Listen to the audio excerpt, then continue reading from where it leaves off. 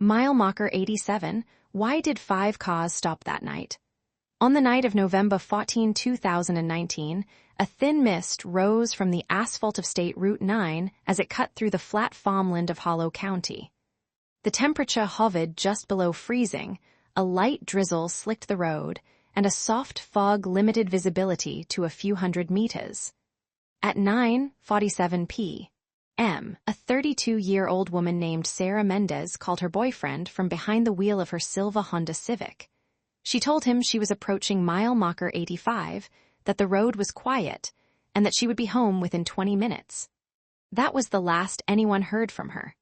By the following morning, a truck driver rounding a bend at mile marker 87 spotted the Civic resting on the right shoulder, its hazard lights blinking in the gloom.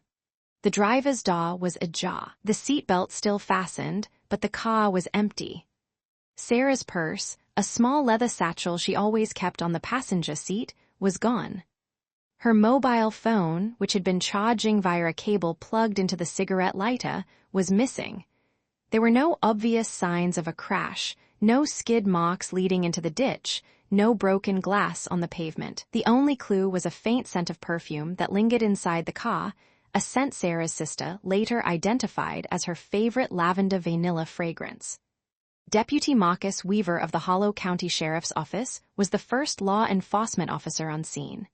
He noted the weather drizzle had turned to a fine mist, the road was damp but not icy, and recorded the position of the vehicle.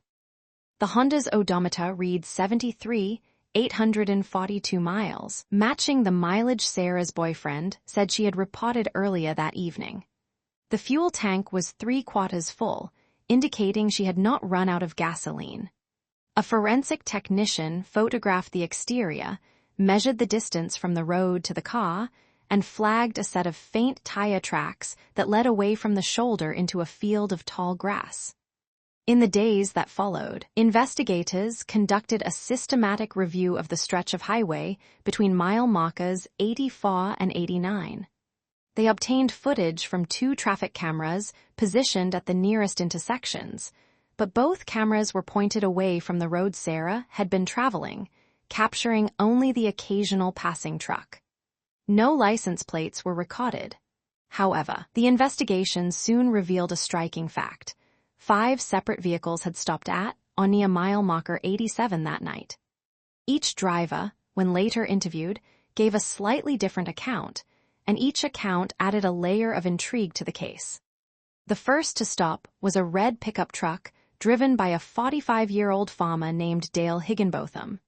He told detectives that he noticed the Civic's hazard lights while returning from a late-night feed run. He pulled over, approached the car, and saw that the door was open. He called out, but there was no answer. Thinking the driver might have gone to the ditch to relieve herself, he waited a few minutes before deciding to continue on his way. He later reported the incident to the sheriff's office, which is how the case came to light. The second vehicle was a navy blue sedan driven by a young woman who identified herself only as Katie. She said she had been heading to a friend's house when she saw the parked Civic.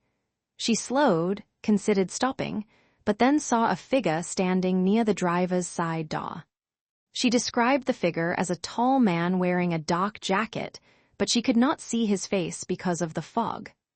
When she honked her horn, the figure turned and walked quickly toward the tree line, disappearing into the darkness. Katie drove on and did not report the encounter until investigators knocked on her door a week later.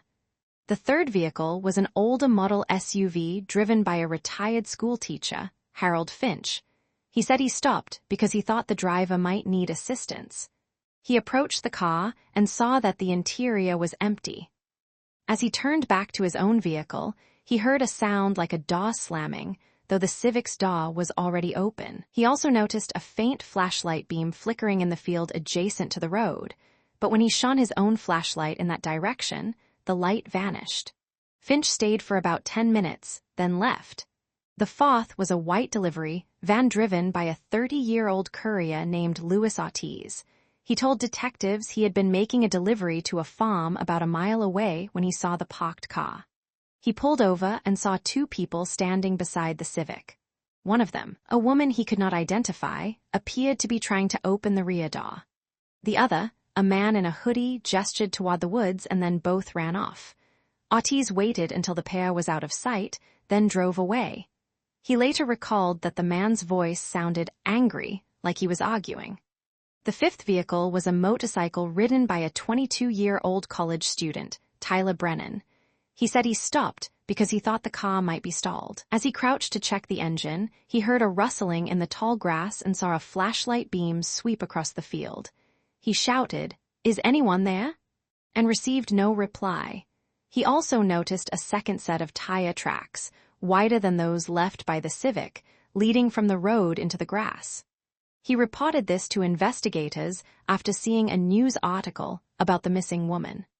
The forensic team collected a variety of evidence from the scene. DNA swabs from the door handle of the Civic yielded a profile matching Sarah Mendez, but also a second, unidentified male profile. Fingerprints on the window were smudged and could not be definitively matched. The tire tracks measured 27 inches in width and bore a distinctive tread pattern that did not correspond to any of the 5 vehicles known to have stopped that night. A forensic analyst noted that the second set of tracks appeared to have been made by a larger vehicle, possibly a truck or a van which had not been identified. The missing phone was recovered 2 weeks later in a drainage ditch approximately a quarter mile south of the scene. The device was cracked, but data technicians managed to extract its contents. The last outgoing text message, sent at 9:52 p.m., read, "Don't follow me." However, the message was stored as a draft and had never been transmitted. The phone's GPS log showed a final ping at 9:48 p.m., placing the device at mile marker 86, just before the signal went dead. Investigators pursued several leads. They traced the unregistered SIM card found in the phone to a prepaid plan purchased at a convenience store in a neighboring town, but the star's surveillance footage was too grainy to identify the buyer. They ran the DNA profile through federal databases and received no match. They interviewed the owners of the 5 vehicles again, but none could provide a coherent explanation for the second set of tire tracks or the unidentified man seen by Katie and Lewis. The case remained open, and Sarah Mendez's family clung to hope that she would be found alive.